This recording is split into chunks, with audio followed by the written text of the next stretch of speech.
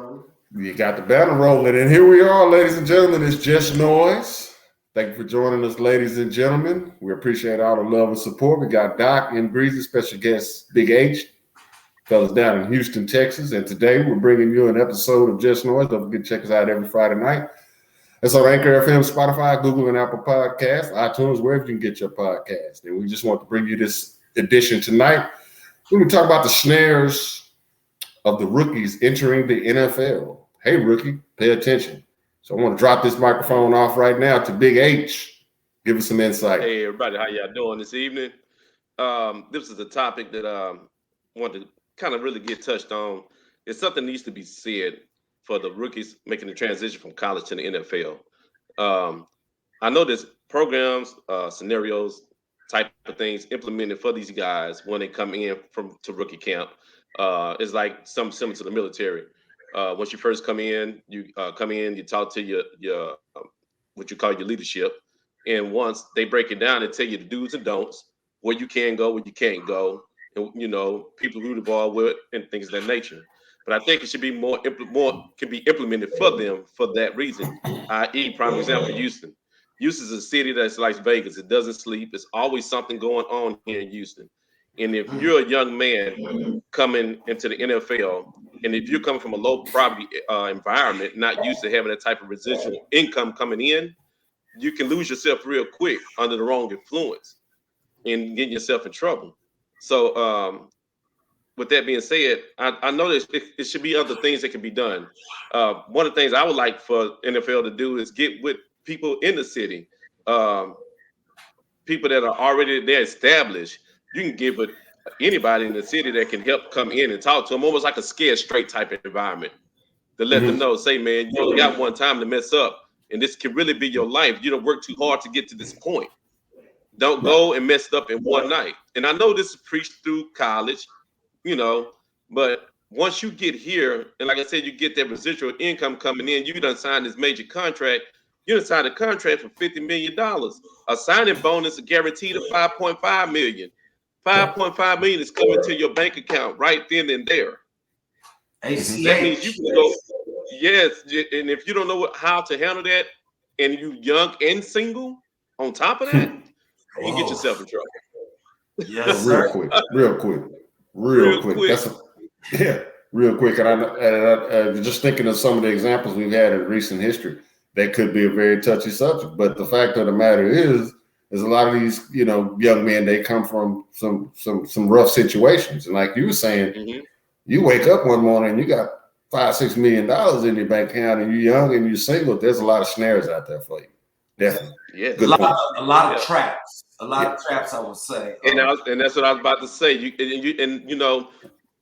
Coming from that transition to college, from that booster club scenario, of getting you to that college and catering to you to all those needs, but not with no wants and no really safety guards, because they want you there. And then you go to the NFL, that safety guard is kind of dropped now because there's nobody to catch you when you get in trouble. When you get in trouble, you're finna get in trouble. And that same type of environment that you were in, getting catered to, being nurtured in a certain way to satisfy you in a certain way, you can't get that like the Deshaun Watson type. You dig what I'm saying? Dig. Exactly.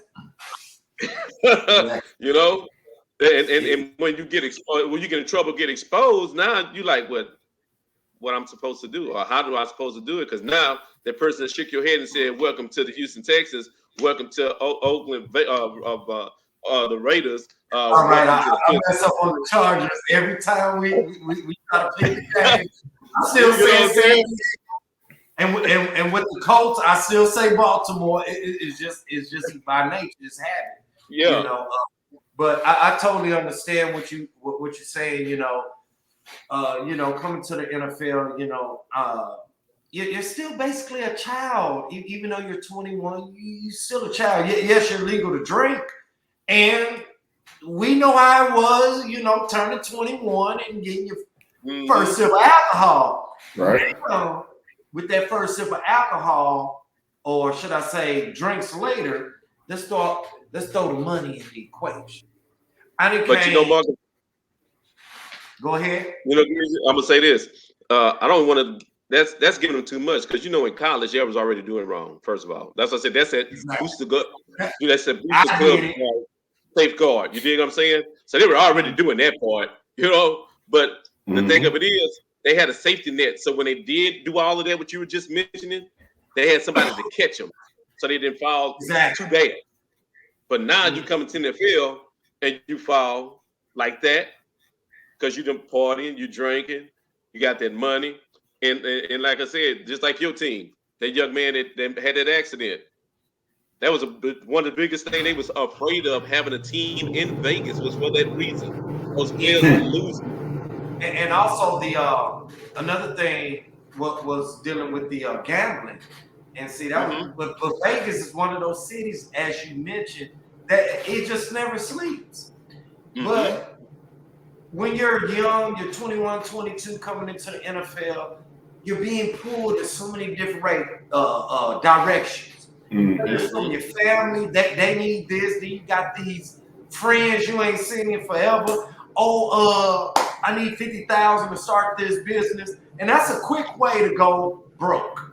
Real bad investments. Because everybody got something that they always wanted to work on, but they just needed the money. And so now you just shoot money here, there, and now hello. Now here come the win. Oh, I like this. I could do this. I could be home. Whatever. All this extra stuff going on. And then if you're not too careful, here come the drugs. And I don't care if it's the 70s, the 60s, 80s, 90s, all the way up to now in professional sports or as we're talking about the NFL, the drugs are going to come. Yeah. But the thing is, as you stated, there need to be stronger programs to help these young men. You just handed somebody 5.5 mil who never had anything in their life. They come from what they say on the streets, the mud. They came from the mud. And to hand them this much money, I'm going to be honest. Had I made it to Major League Baseball and I signed this ridiculous contract, or let's just say the NFL, I'm going to be honest, and I'm 21 and 22. Tell them what I'm going to do. I'm just going to be honest. I'm just going to be honest, because I know how I was at that age. I was very green. And I'm not just saying that for my last name. I was very green. I was naive to a lot of things. And then when you're at that age with all this money, you think that you're untouchable. Right. Because at that age, you don't even think about death at that age. You don't. So now, to give me the money, I'm gonna think I'm invincible. And just to elaborate on some of the points that have been ran through. Watched the documentary, different sport, but you have to look back to the ESPN 30 for 30. They ran a special on the 2 seasons for the 86-87 Mets. And with Strawberry, yes. Doc and Darryl, perfect examples. I mean, these guys are these 19 to 20-year-old, country boys basically, and you give them, $500,000. That's a lot of money back in 1986. And you in New York City, and these women, and anything and everything, and it's just like the snares. It's a lot of pressure. And see, this is what killed me. Straw from Compton. He from Compton. So he should have saw that. Doc is from Florida. I'm not specific. But his nephew is what's his name? Number 10, he played Gary Sheffield. Okay. So now Doc from the country. But Straw should have known that. But I'm sorry to interrupt you though, Doc. No, it's all good. But I get what you're saying. Straw should have known that, city from city. Excuse me on the slip up there. I wasn't aware. For some reason I was thinking Straw was from Mississippi or Alabama somewhere. But I get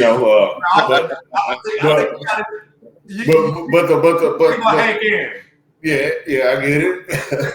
I get it, but the narrative I was trying to create was that, and an analogy was those two players. But a lot of players that come into the NFL, and like Big H was saying, it starts really in high school.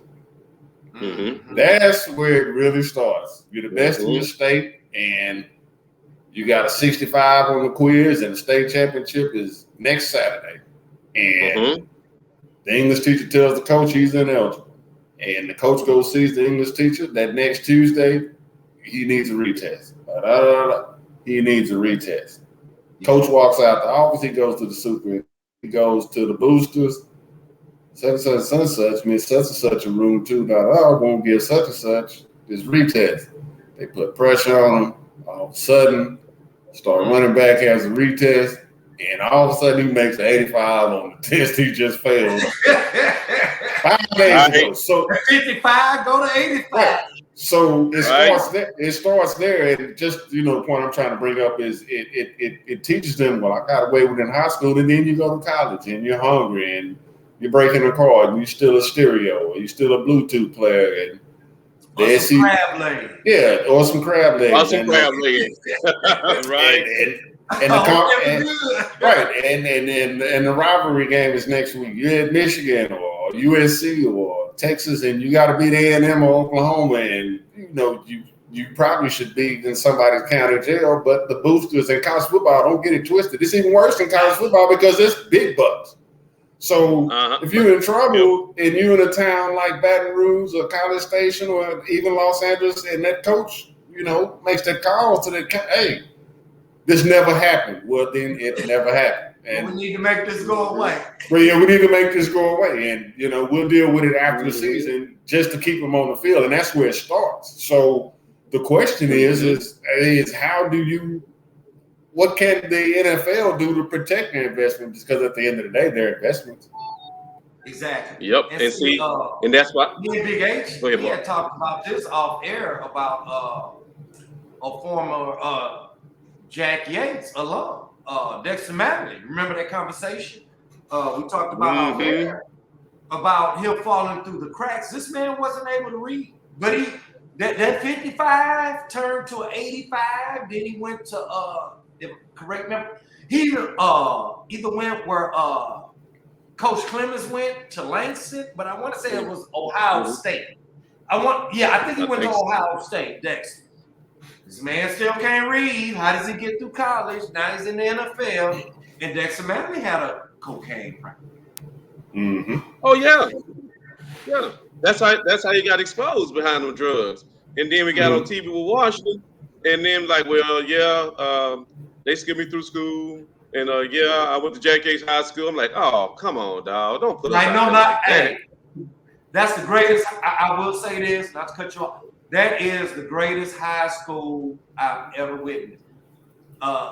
They have alumni gatherings every year, and not just once a year, multiple times, any class, or it might be a specific class. I've never seen no other high school in the U.S. or heard of another high school doing that. Jack Yates alum is strong. Go, Big A. Oh yes, thank you. I appreciate that. Thank you. I know you're an alum. So. Already. But yeah, Doc, now the way what you were just talking about is that's hitting it dead on the head, because all of that with college, the covering up, the helping them pass the class when they're not eligible to play, and then you think you have this bulletproof vest on because that's what you wore in college to get to the pros, and then when you get to the pros, that vest you can take that off, son, because soon as you mess up, soon as you have now it's so bad. You see how Houston let that middle linebacker go. Now he playing in Tennessee. He was the Titans. All because him and the coach was having a disagreement. Right. Mm-hmm. Ain't nobody can save you, Jimmy. Something that could be, but nobody can save you now. Normally, Booster can help you a little bit with the coach because they know that they need you. Right. But now, nah. It needs more can be done for these guys, man. because they are dealing with all of this and then go long term. And now, what's your average season for an NFL player now? What would you think would be an average season for an NFL player now? As far as length of games, or maybe let me reiterate that.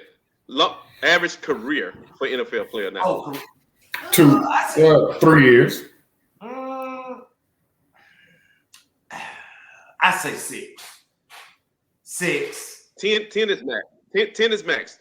You're seeing players going to 10 and retiring now. Mm-hmm. They're going to 10 and retire. Brady and Breeze was a rare thing because they come from the last of the old school players. So that's their regime. That's why, you know what I'm saying? Yeah, they're an exception. But the average cats now, they might make it to 8, 10 tops. Okay. You know, because they always say the shelf of a running back and receipt. Well, running back shelf is what, 5 years, 6? Mm-hmm. Yep. Good 5 to 6 years to get out of a guy being a good running back before injuries and everything start to elder. So with all that, then you're dealing with your own issues that you create off the field. Right. Yes. You know. So my thing is, what would be a way to circumvent this problem? Like, what are some things that could be done to avoid falling into this trap? Well, I do know Tony Dungy was heavily involved in catching the rookies after he retired from coaching before he went into the booth. Excuse me. I know he was heavily involved. I've seen Michael Vick. I've seen some prominent players and coaches to gather these young men. I guess what the NFL could do is to really just be proactive. Now with the new rulings and, you know, the college players are able to make money while they're in college. Is everything else seems to funnel down. The NFL is controlling, you know, college football is controlling the 7-on-7s and the Pop Warners. Funnel some of the mentorship down into the high school levels and into the AAU levels and or not AAU, that's a different sport, but you get it, the Pop Warner levels and you know, this is what happens. At the end of the day, you know, athletes, you know, I was an athlete pretty good in my day, and I got away with some things I probably shouldn't have got away with. So I got away with some things I probably shouldn't have, you know, didn't go to a class for a couple, almost a whole semester, but you know, somebody loved you. Yeah, but it was about, and I was like, you know, I wasn't a varsity star, I was on JV. And it was just like this type of thing was happening. So you can imagine the really, really, really good was what they're getting away with. So what I think the NFL could do is start funneling some of these programs in and catching them early. Like send a representative from the NFL, you know, to these junior highs and to Pop Warners. Like, because you can play ball, these are going to be things, these are going to be the temptations and the tests that you, to see how far you can push the limits. But eventually, everything runs out. I think that's just be proactive, you know. Well, remember whenever we were in school, whether it was junior high, high school, remember how they used to get us all in the auditorium or the gym and they show us these videos about drinking and driving, drugs. Yeah. And instead of masking things like the Star Words and the rugs, go on and introduce this to the room. Introduce these things and let them know. Because I'm gonna be honest. Well, maybe just me growing up in California and then in Texas. Well, my high school years in Texas, but just seeing certain things let you know you don't want to become that dude. Right. You become that dude. Now you're under this spotlight or magnifying glass for being a screw up. And so that's been my thing to avoid that. And they need to show these players whenever they have these sessions with these rookies that, hey, this could be you if you don't watch yourself. It will be you. Yes, it will be if you don't control this. Because at the end of the day, everybody can't be who you are. That's it. And you need to know Yeah. that. I'm not saying use that to your advantage. That's it. Use it to the point to where, hey, I understand it, I get it. Because, hey, even my man Sean Taylor, and Doc, you a big Redskin fan. Yeah, Sean Taylor wasn't no rookie later on in his career, but this is the type of things that happen. Sean Taylor didn't want to move out of the hood. He had a nice house in the hood. It was gated, and somebody came in there trying to rob him, shot my man in his leg. My thing is this. That 5.5 signing bonus hits. Pay for that extra protection. Pay for that driver. Yes, I love Sean Taylor. He was a Hurricane. And Doc, no, I'm a big Hurricane fan. Probably one of my favorite football players is Michael Irvin. And my thing is pay for that. You got the money at your disposal. That money is to where you can have many things at your disposal. Pay for that extra luxury. We're not gonna say, oh, you're not down with the hood no more, or you don't kick it no more. You soft. It ain't nothing soft with having a chauffeur. What was Willis and Arnold's? Mr. Drummond had a chauffeur. Yeah, he sure did. Mr. Drummond had a chauffeur. So my thing is, and we got to realize that, okay, I see a lot of these ball players having these Bentleys and Phantoms. Those deserve chauffeurs. You got a big body Mercedes. Right. It deserves a chauffeur, Henry. The only way you should have been in that vet if you're sober. Right. If you're not sober and you've been drinking, tell your chauffeur, hey, can you go get my girl? She on 102nd Street or whatever street. Go pick her up, bring her back here. Whenever she ready to leave, okay, you let her go. I'm gonna have my driver take you back. You're now a 1%er in this country. And y'all know what I'm talking about, 1%er. Yeah. You're on a whole nother level. Everything's at your disposal. You should never get caught. He's a young man. He's going to learn.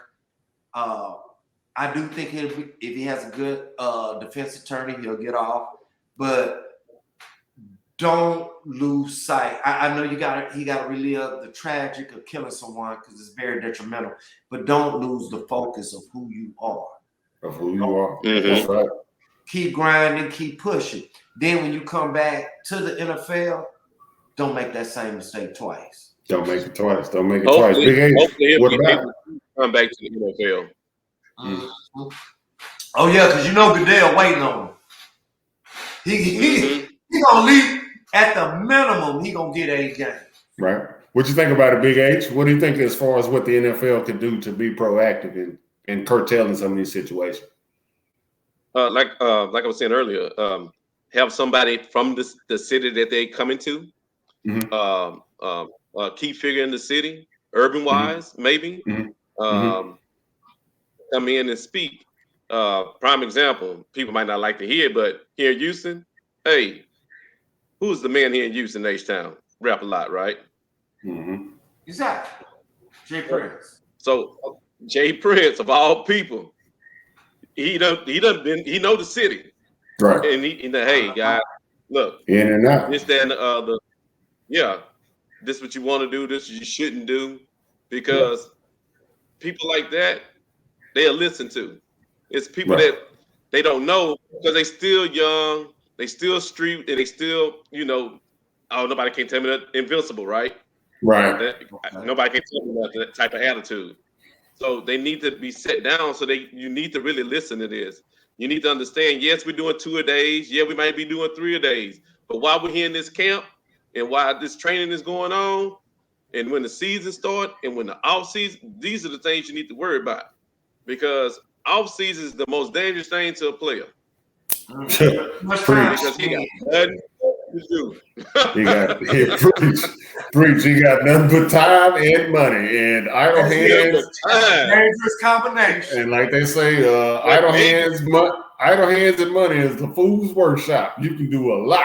I'm trying to tell you. Idle mind was the devil's workshop. Yeah, you can do you can do a lot. And like that's an excellent point. That is an excellent point. Have someone. I mean, just being bluntly honest, we relate to people that look like us. There was a situation in Louisiana about a month ago, maybe 2 months ago, where the particular high school was having a lot of trouble with gang fights, and it was just out of control. And lo and behold, I think it was like 6 or 7 dads on duty. They showed up to school, and they have not had a fight since. That's the last I've heard of it. So just being like I said, just being transparent. You relate to people that look like you. So and when you have people of influence that look like you said, Jay Prince or Clyde Drexler. I know he's got some pull in Houston. Tell him, hey, this is what. Warren Moon. Maybe if he came back, or Earl Campbell. In his days in Houston, maybe if they came back and right. Yeah, Warren Moon, Robert Ory, all these guys are still here in Houston. Right, then can tell them exactly what's going on, but and that would be what the right. that could be what the NFL could do on that part. But I'm just a firm believer. If you catch them early, then you have a better chance. One of my favorite quotes is from the Green Mile. And when he finally left the prison, he said he was going to work in juvenile. And he said it's easier to correct a young fool than it is to collect the older fool. So therefore, if you catch them when they're 13 and they got caught smoking weed and they're a good football player, you catch them then and say, eventually time's going to run out on them. You can they're more impressionable at that time. It's hard to tell a 21-year-old man with $5 million in his bank account, it's going to happen to you, because it's not going to happen to me. And then by the time they realize it happened to them, it's too late. It's too late. But it's way too late. But this has been a great show. I absolutely love this segment of the show where we get to have our guests tell us about anything that they got going on in the community, any side hustles, any side jobs they got going on. We love to have our guests come in and give them a chance to promote what they have going on. So y'all pay attention and listen up. It's a strong possibility he's going to drop a gem. Right. So, hey, we got when is it, Marcus? It's actually Christmas Day. Christmas Day, Saturday. We're going out to feed the homeless on Saturday at 11 o'clock. We did it right before school started, and it's one of our friends, Mr. Retta. I'm trying to find information. I thought I had it available right here on the spot, but I don't have it. Marcus, you have it to pull up on your phone? The flyer. It's basically feeding the homeless, something that she started a while back. You know what? Yes, I can find it. We'll get that information out there to everyone. So she's accepting donations until December 17th. You can either give a me, give a green, and if you want, you can give her a call for information. It's 832-741-7418, and her name is Toretta. And what's that number? And What's that number again? 832 741-7418. Okay, got it. Jeff, yeah, you heard Big H. There it is right there. It's got some things going on coming around the 17th. They're accepting donations. They're going to be working with the homeless. You can reach out to me or Greasy if you're interested in that. That's justnoise.only@gmail.com. That's justnoise.only@gmail.com. You can also catch us on Just Noise 2021 at IG. Hit that inbox. Catch us on the Facebook page, Just Noise. Catch me on Twitter at Sergeant Bones. Send that email. I'm also on TikTok. That's at BJoe, at BJoe. We're dropping content all the time, so you have all the handles and all the information you need. If you need to rewind this podcast to get this number, and you feel like, you know, you can be of an asset to what's going on in the Houston area, you don't have to be from Houston. You know, we got listeners in seven different countries. So, you know, right. you know, we all across the U.S. So we're all across the U.S. It's a wonderful opportunity. That's why I love this section of the show. We have on guests and we give them a chance to put out what they got going on, and you know, it makes all of us stronger as people. Not even about color. It makes all of us stronger as people. Yes, prayers sir. are definitely going out to the families in Kentucky and Arkansas and the tornadoes last night. Just Noise is definitely sending a blessing your way. But that is going to wrap it up for us tonight. Like I said, don't forget to check us out every Friday night. That's 8 p.m. That's on Anchor FM, Spotify, Google, and Apple Podcasts, on iTunes, wherever you get your podcasts. So for Doc, we got M. Greasy and we got Big H. We appreciate all the love. If you like with the content, feel free to drop us a like, subscribe, share, whatever it is.